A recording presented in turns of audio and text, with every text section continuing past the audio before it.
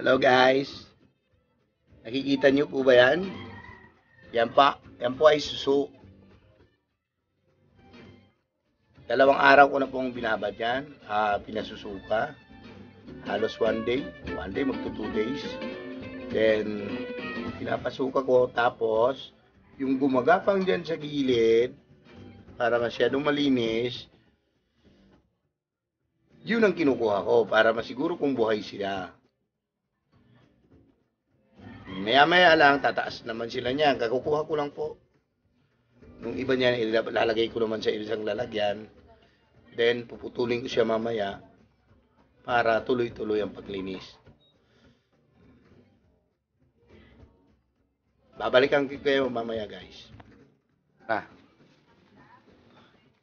Hello, guys. Yan po ang suso. Suso po yan. Alam niyo ba kung paano magproseso niyan? Kailangan malinis maayos. Kailangan yung mga gumagapang yun ang kunin nyo. Tapos i-segregate mo sa iba. Then, yantayin nyo naman may pumanik. Kunin nyo uli.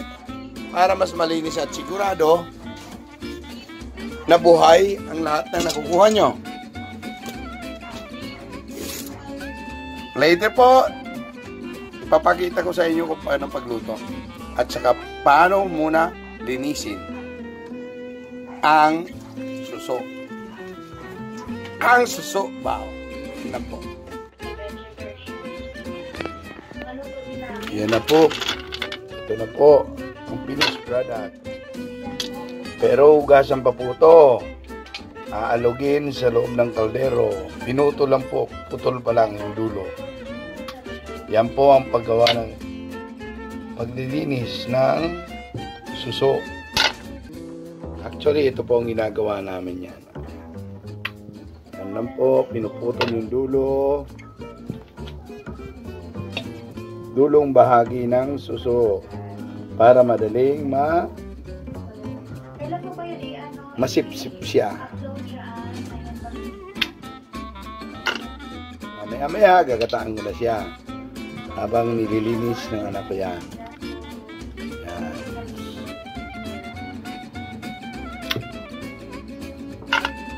Yan lang po guys, ang patuloy ng paglilinis ng suso.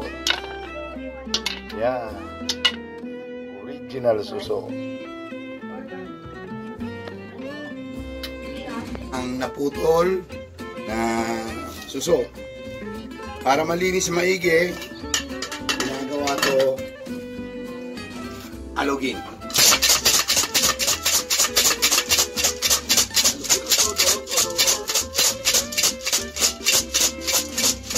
Then watered it. Sige, darling. Kunin mo yung video nito. Watered it. Kunin mo. Lapit mo. Yan. Para malinis maigi. Then, saka ubuhos po ulit natin yung dumi. Para sigurado natin malinis ang suso.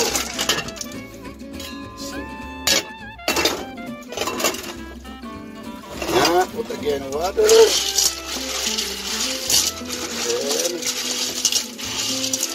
Then, halagin.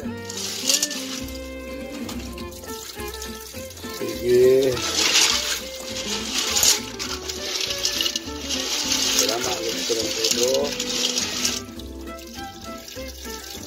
Okay. Ulit. Mga 3 beses mong gagawin to.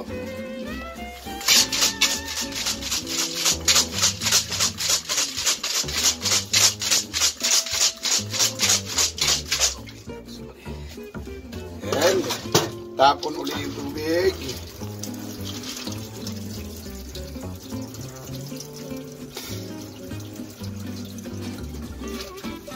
Gagawin po natin to hanggang sa pumuti. Hanggang maging malinaw yung water na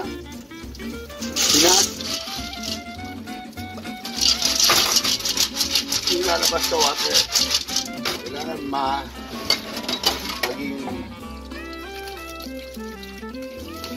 mawala yung parang putik. Ganito lang din po yan, guys. So guys, oh. Lumilinaw na yung tubig, guys. Ayan lang yun. Dito kami sa dirty kitchen para matulis lang ito. Okay, guys. Yan lang po, guys.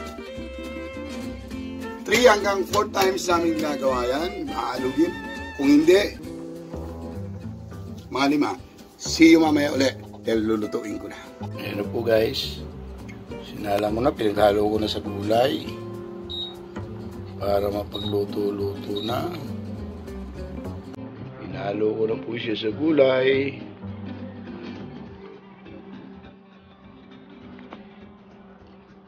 Kasi kahit pagkalinis, ihalo mo na lang siya sa gulay. Tsaka papasalubungan ng gata. Yan lang guys ang pagluluto ng one. Titimplahan mo ng konting asin, sibuyas, bawang, paminta. Konting luya. And that's it. Mamaya po, ihain ko na to ngayong tanghalian. Yan po guys. Halo na ng may gata na po yan. At saka gulay na puso ng saging. Yan na po guys. Maya lang, kakain na kami. At i-prepare na ang ginataang suso. Hahabulan ko pa yan ng 10 pirasong sili para mas masarap. Thank you guys! Sana huwag kalimutan mag-subscribe at tamsakan ang channel na to. Mag-abang sa susunod na video.